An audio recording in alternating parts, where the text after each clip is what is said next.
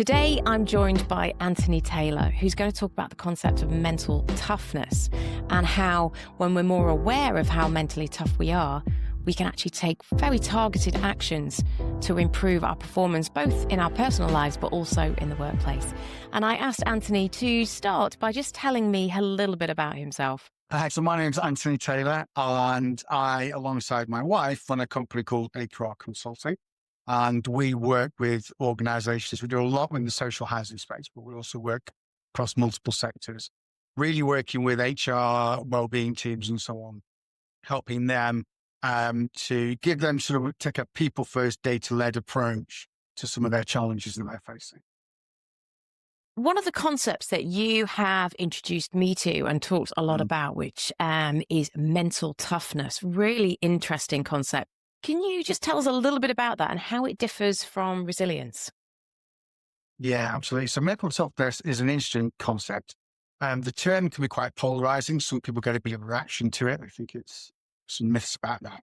But mental toughness is a much broader, more proactive concept than resilience. Resilience is actually a function of mental toughness. So resilience tends to be about bouncing back from setbacks and so on, whereas actually mental toughness is more about how you can also thrive under pressure, taking on challenges, coping with the stresses and that, and still staying committed to achieving the kind of outcomes that you're looking for. It's based on a very well evidenced, very well researched model called the 4Cs model of mental toughness that has been around or was developed back in the early 2000s, very early 2000s.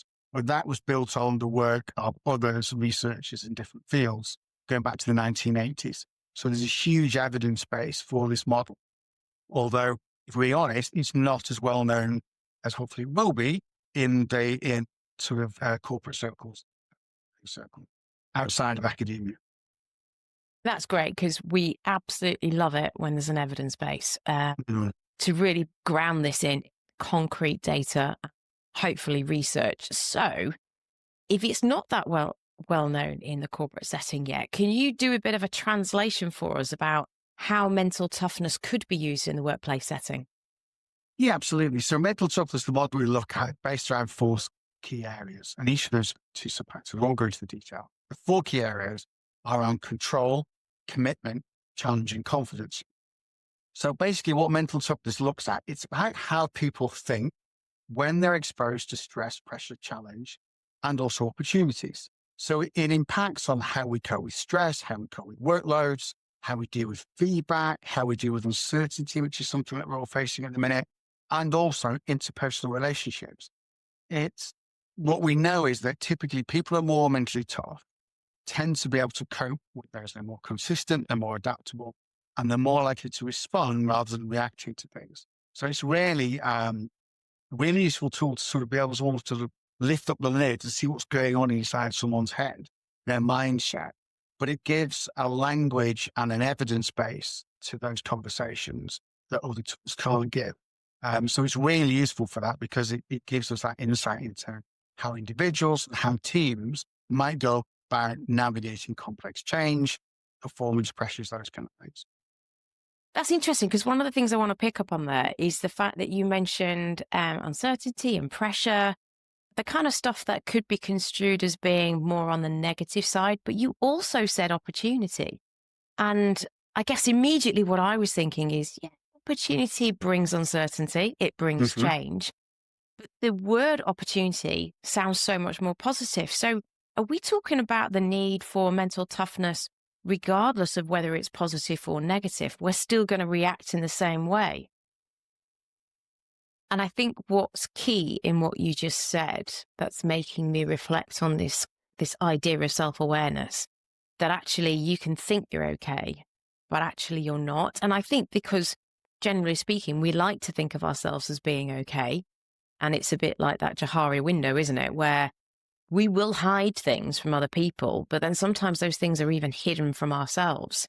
We're not trying to hide. We're just trying to uncover the truth so we can be in the best possible place to recover, get better, but also to thrive and be at our optimum performance. So I guess our level of fitness, both physically and mentally, is never going to be a static thing. No. It's never static. A large organization came to me, they're 200 strong IT department. They were 18 months into a big change program. And the leader wanted to make sure that he was supporting the team to get over the last 6 months because there was a lot of pressure to hit deadlines. So what we're able to do is assess everybody, and that gave a really data-led approach to which teams are more like, which teams are fairly robust at the minute, which teams and individuals might need a bit more support, what kind of support might suit them. But it gave them that overview and that insight to have those kind of conversations and give his managers the tools to have those conversations with the team, and then to work with their HR and OD teams to give them that package of kind of tailored support. So it's really, like I say, because it's not static, that can shift over time, so it can be really useful. And being data driven is so powerful and often is missed, I think, when it comes to subjects like this. It certainly is often missed when it comes to well-being. What role can mental toughness play in the whole space of well-being? Hugely. What we know is that more mentally tough somebody is, they tend to be able to cope better with stress, pressure, burnout, and so on. So it can help individuals with setting boundaries, managing their emotional responses, being able to stay more focused. It can provide that intelligence to HR and wellbeing teams around who might need more support, not just who's underperforming. It can help inform preventative wellbeing strategies by showing up in advance what the profile is of different individuals or different teams and who might be more susceptible and where to tailor. And what we know is, as you all know, Eileen, that, sheep dip approaches to well-being don't work. So actually this gives you that insight, that data. It's people first, data led, but it gives them that insight to understand what's the profile of the individuals or the collectives. And you can slice and dice it in different ways. It can be sliced by gender, it can be sliced by age, sliced by team, whatever they want to do with it, but it gives them that insight. So really, it goes hand in hand. Yeah, it's incredibly powerful. I'm starting to hear more and more from occupational health, from HR leaders, that they want this more individualistic approach. I mean, as much as the systematic approach is needed, the system-wide approach from things like ISO 45003, but at the end of the day, a system is made up of people. And if we can be quite personalized in that, and what better way of doing it by a systematic approach to assessment to get the individual scores to be able to individualize that person's plan. Really cool.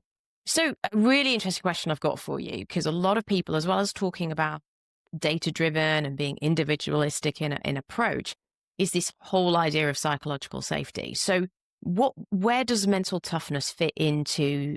Where does it intersect with psychological safety and also, to some extent, inclusion within the workplace? They're not in conflict. They're absolutely, I think, in hand. They complement each other, because what we know is that mentally tough people tend to speak up a lot more. They ask more questions. They tend to bounce back from things compared to perhaps other people who might be more mentally sensitive. It gives leaders that insight into why people might be behaving the way they are or might not be speaking up. So it can help them understand, well, who's going to need a little bit more psychological safety, and how can I as a leader be reflective of my behaviors informed by how I think in generating that psychological safety. So we had an instance where a director had joined the business. She was 7 months in and things were going, the wheels were coming off the bus. She was starting to feel burnt out and exhausted. Her team were complaining about her leadership style. The one person had already left, others had handed their notice in, and the performance was significantly down. When we assessed her, it's because she was 9 and 10s on high levels of mental toughness, really high levels of mental toughness, but without the self-awareness to understand how that meant she showed up at work. So she was creating no psychological safety within the team because she was hard charging. She was high levels of emotional control, so people couldn't read her. So they couldn't read her, they couldn't trust her. Everything had to be done her way. She was setting a frenetic pace. She was open to changing everything almost for changing's sake. So there was no psychological safety and trust within her team. As soon as we helped her understand this is how her high levels meant she was showing up, the kind of light bulb went on to, oh gosh, I've been doing about this all wrong. So she changed her behavior out of choice and insight and emotional intelligence to create a much more psychological safety. Guess what? Performance turned around. She stayed within the business, performance came back up, people withdrew their things that were going to leave, and actually things started to get a lot better. So yeah, at mental toughness, high levels of mental toughness without self-awareness can cause problems. But by using something like the OTQ, it gives you that self-awareness and it can really help generate psychological trust and safety. And stop that negative ripple effect. So we've got a team who aren't feeling safe. We've got a leader who potentially is going to run into a burnout situation. So how fascinating that an assessment, yes, she's getting high scores on mental toughness, but can really show up that the leadership style there needs to be adapted. And we often quoted again, the Johari window, we often don't see what it is. It's kind of like the impact of our behavior, what impact that's having. And yet, I remember really, really early on in my career, a senior colleague of mine holding up a metaphorical mirror and sort of reflecting back to me my behaviors and the impact they were having. And it was night and day, that transition for me of recognizing and getting that sudden self-awareness. And no doubt with the leader you described, you see overnight changes because suddenly they are aware. And we now don't have a team who are thinking of leaving, who are underperforming, a director who's going to burn out and then have to leave, recruitment fees. I mean, the ripple effect of the cost of not being able to turn that around. Yeah. We calculated that with our HR team, and conservatively, it was £288,000 for the cost of one psychometric and a couple of coaching sessions. That is a heck of a number. And I love it because, again, what you've done is you've quantified it. And I think that is so important for, leadership teams, exec teams to see this as a quantifiable metric, not something that is just nice to do. Because it's easy in those situations, I think, to default to this person doesn't work, this person doesn't fit, we need to make a change. So yeah, you've made a heck of a saving. Yeah. Absolutely. It's what it does is moves the conversation away from someone's attitude to understanding at a psychological level what's going on for them. And it's not that that's wrong. There are benefits to being mentally sensitive. There are downsides, but equally there are downsides to being high levels of mental toughness. But it moves the conversation away from someone's bad attitude to gives you some real data and a language that you can have a conversation about. You make me smile because I'm often told as a parent, look beyond the behavior. What's the root cause? Why are they behaving like that? It isn't necessarily attitude. It's because of something else. So the more you can look at that root cause analysis, which obviously this assessment is doing, the quicker you can put the measures in place to change it. So we've talked about, therefore, changing a leader or giving self-awareness to a leader. But so it sounds like the leader in particular is very important when it comes to mental toughness. What role can they play in role modeling? Because we ask our leaders to role model stuff all the time. So if they're going to role model mental toughness, what impact's that going to have? It can be huge if you think that leaders shape culture through their behavior. So how they respond to the challenges they're facing, the setbacks, the feedback, the pressure, that's going to influence how they show up. That's going to influence the culture of the team. And that's the ripple effect down because what they allow will persist. So actually giving leaders that self-awareness to understand that actually this is how you show up. These are your thought process, this is your mental toughness profile, and how you think and respond to those events can be quite different. And it gives them that vocabulary then, a bit like we just talked about with that other leader, to go, actually, is this helping me and the culture I'm trying to create and the psychological safety, or actually do I need to think about doing something different? We know that all the research shows that the more senior people go up in an organization, they tend to be more mentally tough. Is it that they are more mentally tough so they get there, or is it that they develop their mental toughness as they get in there? Not quite sure yet. We haven't done long enough longitudinal studies to be able to do that.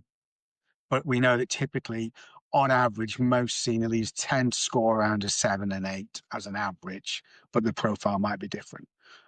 So going back to your question, what role do leaders play in modeling and nurturing mental toughness? Hugely. They will set the tone.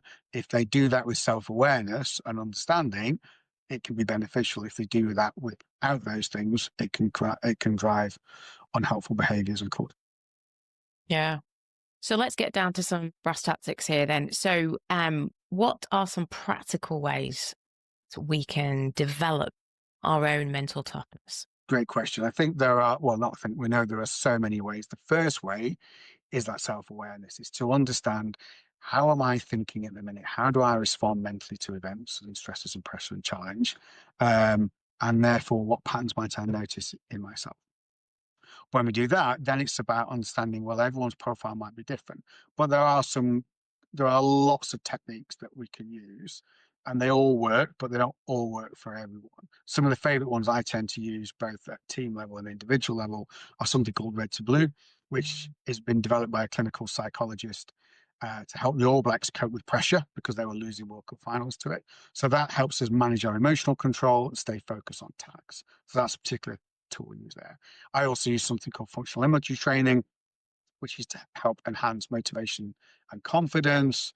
And there are other things we can do to start to build on confidence, such as recording small wins and so on. So it's there are lots of different things. Mental toughness is built through small, consistent habits, not a kind of let's do one thing and that fixes everything. So, and again, it's understanding your individual profile. One individual might need to work more on developing their emotional control.